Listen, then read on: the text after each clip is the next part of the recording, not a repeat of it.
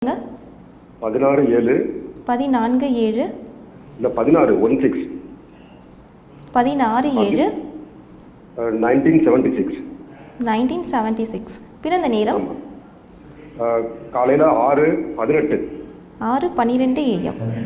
18 AM. ஆமா, காலையில. பிறந்த இடம் ஐயா? மதுரை. மதுரை. கடக லக்னம் கும்பராசி. கடக லக்னம் கும்பராசி. என்ன கேள்வி கேட்கணும் ஐயா? எனக்கு சுக்கிரதசை வந்து 2030 வரப்போகுது மேடம். அது எப்படி இருக்கும்னு கேட்கணும். கடக லக்கணம் கும்பராசி. நீங்களும் கடக லக்கணமா மிதுன லக்கணமான்றது என்ன இன்னைக்கு 8 நிமிஷத்துல லக்கணம் மாறுது சார்? கடக லக்கணம் தான் சார். உங்களுடைய பாவத்துவ சுத்தம் எல்லாம் மேட்ச் பண்ணிட்டேன். நான் கடற்படையில வந்து அதிகாரியா வேலை பார்க்குற உயர் நிலையில இருக்கேன். எஸ்பி ரேங்க்ல இருக்கேன். ஓ, என்னுடைய சுபத்துவ பாவத்துவ விதி உங்களுக்கு. ஆமா, கடக லக்கணம். அது ரெண்டு ஆம்பளை பசங்க. 2 ஆம்பளை பசங்க. ஆமா, நம்ம கடல்ல வேலை பார்க்குறேன். இந்த ஒரு பாயிண்ட் கடக லக்கணப்படி 5ஆம் இடத்தை குரு பார்க்கிறார். ஆமா, கடற்படை மிதுன லக்கணப்படி உங்களுக்கு ஆம்பளை பிள்ளை முத பிள்ளை பொம்பளை பிள்ளையா இருக்கும். உங்களுக்கு 2 ஆம்பளை பிள்ளை. ஆமா, ரொம்ப நம்ம ஒரு வருஷமா நீங்க சொன்ன வச்சு ஆராய்ச்சி பண்ணி பார்த்தேன் குருஜி. கடக லக்கணம். இந்த கடக லக்கணம் தான் நீங்க. இல்ல 2 பாயிண்ட்ல நான் கன்ஃபார்ம் பண்ணுவேன். நீங்க கடக லக்கணம் தான். சரி குருஜி. ஏன்னா கடக லக்கணத்தின் அடிப்படையில் 5ஆம் அதிபதி அதிநட்பு வீட்டில் பௌர்ணமி சந்திரனுடைய பார்வையில் இருக்கிறார். சுபத்துவம். அதே மாதிரி 5 கூடியவர்கள் அப்படியே அருமையாக இதை பார்க்குறாங்க. குருவும் 9ஆம் அதிபதியும் பார்க்குறாரு. ஆக 2 ஆம்பளை பிள்ளைங்க. இந்த இது தாங்க ஜோசியம். இப்படி தாங்க நீங்கள் பாயிண்ட் எடுக்கணும். உங்களை பார்த்தா எனக்கு பெருமையாக இருக்குதுங்க. லக்கணத்தில் புதன் திக்பலமாக இருக்கிறனால சந்திர அதியோகத்தில் இருக்கிறனால ஜோசியம் வருது. குருஜி ஒன்று சொல்லிக்கிறோம் குருஜி. அதாவது ஜோசியம் இல்லைன்றவங்களுக்கு நீங்கள் சவுக்கடி கொடுக்குறீங்க குருஜி. கடவுளே, பெரிய வார்த்தைங்க. ஜோதிடம் உண்மையிலே ஒரு சயின்ஸுங்க. சத்தியமா நான் வந்து குருஜி ஒரு எக்ஸ்பீரியன்ஸ்ல இருக்கேன். சுபண்டா போலீஸ் ரேங்க்ல இருக்கேன். உங்க காலை தொட்டு கும்பிட எனக்கு ஆசையா இருக்கு. ஐயா, பெரிய வார்த்தை. ஒரு நாளைக்கு வந்தா பாக்க. இல்ல குருஜி, நான் இப்போ 2 வருஷமா ரிசர்ச் பண்ணிட்டு இருக்கேன் உங்களை பத்தி, உங்க யூடியூபை பத்தி. நீங்க ஒரு எவ்வளவு ஜோசியம் இல்ல செய்யறேன்னு சொல்றாங்களோ அவங்களும் தகுதி கொடுத்துட்டு இருக்கீங்க. எனக்கு ரொம்ப ஒரு சந்தோஷமா இருக்கு குருஜி. உண்மையிலே இது வந்து ஒரு ஜோதிடம் வந்து அந்த அளவுக்குள்ள அந்த பாருங்க, நான் வந்து உங்களை விட கொஞ்சம் கணித அறிவு மேம்பட்ட ஜோசியம், அவ்வளோதாங்க. என்னமோ கடவுள் பைத்தியகாரத்தனமாக ஒன்றையே நினச்சிக்கிட்டு இருந்ததுனால சில எக்ஸ்ட்ரா குவாலிஃபிகேஷனை கொடுத்துட்டாரு, அவ்வளோதான். ஆனால் உங்களை மாதிரி புரிஞ்சுக்கிறீங்க பாருங்க, அப்போ தான் எனக்கு சந்தோஷம். இன்றைக்கி நைட்டு தூக்கம் வராது. டக்கு டக்கு டக்குன்னு பாயிண்ட் எடுத்து வச்சாரு பாருன்னு நினைப்பேன். குருஜி, உலகத்தில் இருக்க அத்தனை கடவுள் மேலே சத்தியம் சொல்கிறேன். கிட்டத்தட்ட நான் இது வரைக்கும் 250 பேரை வந்து ஜூஸ் எடுத்துட்டேன். உங்கள் சுபத்துவ பாவத்துடைய சொல்லி அவங்க எல்லாத்தையும் நிரூபிச்சிட்டேன். எவ்வளோ இல்லைன்னு சொன்னாங்களா அதெல்லாம் இருக்குன்னு ப்ரூவ் பண்ணிட்டேன். எல்லாரும் ஒத்துக்கிட்டாங்க குருஜி. என் காலை கும்பிட தொட்டு கும்பிட வந்துட்டேன். நான் என் காலை தொட்டு கும்பிடாதீங்க, குருஜி காலை நீங்க தொட்டு கும்பிடுன்னு சொல்லிட்டேன். கடவுளே, பெரிய வார்த்தை. கருணை இல்ல, உண்மைக்கு கடவுள் குருஜி. எவ்வளவு ஜோசி விளையாடுற ஆர்கியூமெண்ட் பண்ணாங்க என் ஃப்ரெண்ட்ஸ் எல்லாம் இருக்குன்னு ஒத்துக்கிட்டாங்க குருஜி. ஆமா, எனக்கு தெரிஞ்ச 0.0001% வச்சு நிரூபிச்சேன் குருஜி. கண்டிப்பாக கண்டிப்பாக. உங்களுக்கு லக்னத்தில் புதன் இந்த சுபத்துவ பாவத்துவ அடுக்குகளை புரிஞ்சுக்கும் போது உண்மையிலே வந்து பலன்கள் கண்ணுன்னு வந்துடும். இப்போ பாருங்க, எடுத்தடுப்பில் எனக்கு 2 ஆம்பளை பிள்ளைங்க. நீங்கள் சொன்ன பாயிண்ட் எனக்கு புரிஞ்சதுனால நான் டக்குன்னு அதை எடுத்துக்கிட்டேன். அந்த அளவுக்கு நம்ம ஒன்று சொல்கிறோம், ஆனால் அதை புரிஞ்சுக்கிற அளவுக்கு அவங்களுக்கு டேலண்ட் வேணும். அதான் இங்கே ரொம்ப அதுதான். ஒரே சந்தேகம் குருஜி. சொல்லுங்க. சுக்கிரதசை வந்து உங்களுக்கு 2030 ஆரம்பிக்குது. ஆமா குருஜி. இப்போ வந்து 2030 ஏப்ரல் மாதம் குருஜி நான் ரிட்டையர் ஆகலாம்னு பார்க்குறேன், வேலையை விட்டுட்டு. சரி. எனக்கு கொஞ்ச நாளா வந்து ரொம்ப ஆசை இருக்குது. என்ன சூழ்ந்திருக்கவங்க, என்னோட ஃப்ரெண்ட்ஸ், என்னோட ஆஃபீஸர்ஸ், என்னோட சீனியர்ஸ்லாம் வந்து என்ன அரசியல் போகணும்னு சொல்றாங்க. சரி. எனக்கு லேசா அந்த ஆசை வர்ற மாதிரி இருக்கு. சரி. சில சமயம் இந்த மடம் இது மாதிரி ஆரம்பிக்கலாம் செய்யலாம் அந்த மாதிரி தோணுது. சரி. அது எனக்கு என்னன்னு தெரியல குருஜி. ஆனா கிட்டத்தட்ட 10 வருஷமா என் ஃப்ரெண்ட்ஸ் வந்து என்னை வம்பு பண்றாங்க, நீங்க இதுக்கு போகணும்னு சொல்லி, அரசியலுக்கு போகணும்னு சொல்லி. அரசியல் அமைப்புகள் அந்த மாதிரி தலைமை அமைப்புகள் உங்களுக்கு உண்டுங்க. ஆனால் நீங்கள் நேரடியாக வந்து சூரியனும் சனியும் வந்து கிட்டத்தட்ட 11 டிகிரியில் சேர்ந்துருக்கிறாங்க. பௌர்ணமிக்கு பக்கத்தில் இருக்கிற சிம்ம அமைப்புகள். ஆனால் அதே நேரம் இந்த எம்எல்ஏ மந்திரி எம்பின்னு டாப் லெவல் அமைப்புகள்லாம் உங்களுக்கு கிடையாது.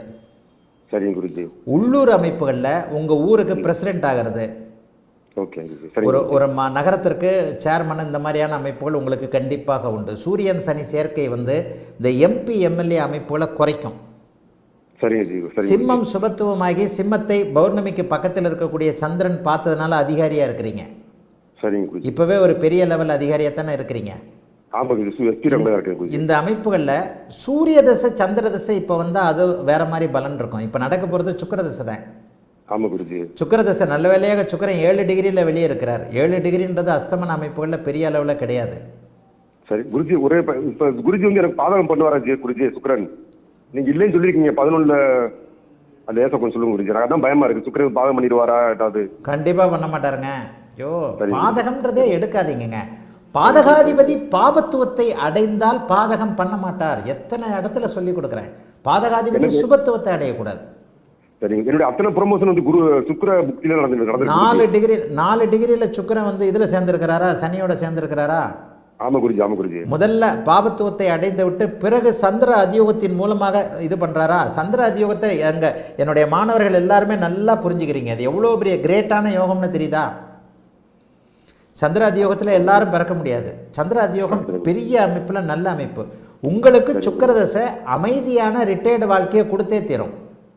சரிங்க குருஜி. ஏன்னா 54 வயசுல வருது. 58 வயசுல ரிட்டையர்டா, 60 வயசுல ரிட்டையர்டா? நான் குருஜி இந்த 54 விட்டுலாம், 2030 விட்டுலாம் பாக்குறேன் குருஜி. 2030 ஏப்ரல் மாசம் விடலாம் பாக்குறேன். 31 ஏப்ரல் 31 ஏப்ரல் 2030 விடலாம் பாக்குறேன். இல்ல, முடியாது. 2032 தான் வேலையை விடுங்க. இப்ப கிடையாது. 33ல நீங்க வேலையில இல்ல, சூரிய புக்தியில. அப்படியே குருஜி. அந்த ஒரு வருஷம் 2 வருஷம் ஏதாவது ஒரு வகையில் அவங்கள டிஸ்டர்ப் பண்ணி கண்டினியூ பண்ண வாய்ப்பு இருக்கு. இல்ல வாய்ப்பு இருக்கு குருஜி. நான் கண்டினியூ பண்ணலாம், 3 வருஷம் சர்வீஸ் கண்டினியூ பண்ணலாம். ஆனா நானா விடலாம் பார்த்தேன் குருஜி. ஏப்ரல் மாசம் கேது திசை மாறும்போது விடலாம் பார்த்தேன். முடியாது. 2033க்கு பிறகு நீங்க சர்வீஸ்ல இல்ல, சூரியன் சனி சேர்ந்திருக்கறனால. சரிங்க குருஜி. சரி. அதனால கொஞ்சம் 2 வருஷம் இதா தான் இருக்கும். ஆனா உங்க ஜாதகம் நல்ல ஜாதகம். அரசியல் அமைப்புகள் ஆர்வங்கள் உங்களுக்கு ஒத்து வரும். அதுக்காக நான் உங்களை இந்த போலி வாக்குறுதி போலி பலன்லாம் நான் சொல்ல மாட்டேன். அதெல்லாம் குறிச்சு உங்களை நேரடியாக பார்த்து கேட்கணும்னு பார்த்தேன். வாய்ப்பு கிடைக்கல. சரி, கிடைச்சிருக்கு, லக்கியா கிடைச்சிருக்கு. போங்க. 11ஆம் இடம் எல்லாமே வலுவா இருக்குது. உங்க ஜாதகம் யோக ஜாதகம் தான். சுக்கிர புக்தியில சூரிய புக்தியில இருந்து உங்களுக்கு நேரடியான அரசியல் தொடர்புகள் வரும். ஆனா உள்ளூர்ல பெரிய அளவில் இருக்கக்கூடிய அமைப்பு, அதே மாதிரி ஒரு கட்சியில மாவட்டத்தில் பெரிய ஆளா இருக்கக்கூடிய அமைப்புகள் உங்களுக்கு உண்டு. கட்சி பதவின்னு சொல்லுவாங்க இல்லையா, எம்எல்ஏ எம்பியில் சில பேருக்கு யோகமே இருக்காது. ஆனால் கட்சி பதவிகளில் பெரிய அளவில் வருவாங்கல்ல, அந்த மாதிரியான யோக அமைப்புகள்லாம் உங்களுக்கு இருக்குது. ஆகவே உங்களுக்கு நல்லாவே இருக்கும். சுக்கிரதசை எந்த விதத்திலும் பாதகத்தை செய்யும் என்பதற்கான அமைப்புகளே இல்லை. அதை மனசிலிருந்து அப்படியே எடுத்துருங்க. பாதகாதிபதி பாதக ஸ்தானத்தில் அதீத சுபத்துவமாக இருக்கும் பொழுது பாதகம் செய்வார். அதற்கு கூட சந்திர அதியோகம் விளக்கு. புதனுக்கும் சுக்கிரனுக்கும் குருவுக்கும் அந்த அமைப்பில் அவர் சந்திர அதியோகத்தில் இருந்தாலும் பாதகத்தை செய்ய மாட்டார். இந்த சந்திரன் இந்த சுக்கிரன் வந்து சனியோடு சேர்ந்த காரணத்தினால் அவர் அங்கே பாதகம் செய்யும் தகுதியை இழந்து பாவத்துவத்தை அடைகிறார். பாவத்துவத்தை அடைந்த சுக்கிரன் எப்படி நன்மையை செய்வார் அப்படின்னு நீங்கள் பார்த்தீங்கன்னாலும் பௌர்ணமிக்கு பக்கத்தில் இருக்கிற சுக்கிரனுடைய வீட்டில் இருக்கிறார். மிக மிக முக்கியமாக பரிவர்த்தனை அடைந்த சனி அந்த இடத்துல இருக்கிறார். அதை விட முக்கியமாக அவரே சந்திர அதியோகத்தில் இருக்கிறார்.